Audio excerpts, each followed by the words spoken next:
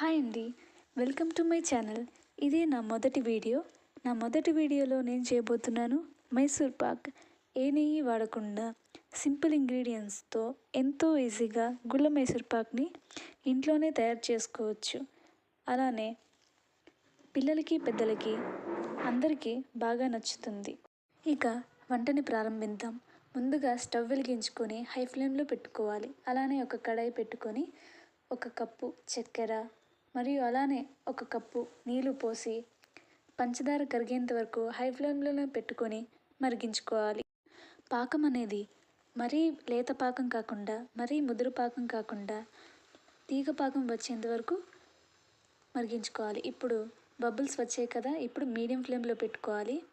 చూసారా, ఇప్పుడు తీగ పాకం వచ్చింది కదా. ఇప్పుడు స్టవ్ ఆపుకోవాలి.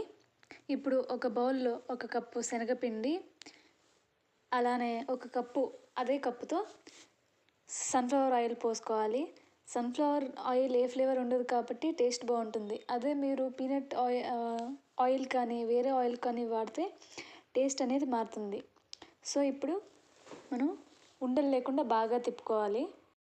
చూసారా, పిండి కన్సిస్టెన్సీ అనేది ఇలా ఉండాలి. అలానే ఇప్పుడు మళ్ళీ స్టవ్ వెలిగించుకొని ఆ పంచదార పాకంలోని ఈ పిండిని కొంచెం కొంచెంగా పోసుకుంటూ కలుపుకోవాలి. అలానే మధ్య మధ్యలో ఒక కప్పు నూనె కొంచెం కొంచెంగా పోసుకుంటూ కలుపుకోవాలి, లేకపోతే అడుగంటుకుంటుంది. అలానే తిప్పడానికి కూడా చాలా కష్టంగా ఉంటుంది. ఇందాకలో ఒక కప్పు పిండిలో నూనె వేసుకున్నాం కదా, అలానే ఇప్పుడు ఇంకో కప్పు నూనె వేసుకుంటే సరిపోతుంది. ఇలానే ఉండలేకుండా కలుపుకోవాలి, గుల్లగా వచ్చేటట్టు. చూసారా, బాగా గుల్లగా వచ్చింది. చూసారు కదా, బాగా దగ్గరకి అయ్యి నూనె కూడా బాగా పైకి తేలింది. అంటే మనకి తయారైనట్టే. ఇంకా దించేసుకుందాం. అలానే ఇప్పుడు ఒక ప్లేట్లో ఆయిల్ గ్రీస్ చేసుకొని ఈ మిశ్రమాన్ని మొత్తం స్ప్రెడ్ చేసుకోవాలి ఈవెన్గా.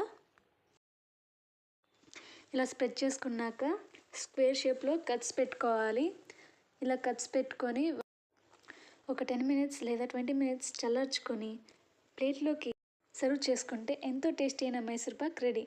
ఎంతో సులభంగా జస్ట్ 3 ఇంగ్రీడియంట్స్తో ఎంతో సులభంగా మీ ఇంట్లోనూ తయారు చేసుకోవచ్చు. ఈ రెసిపీ తప్పకుండా ట్రై చేయండి.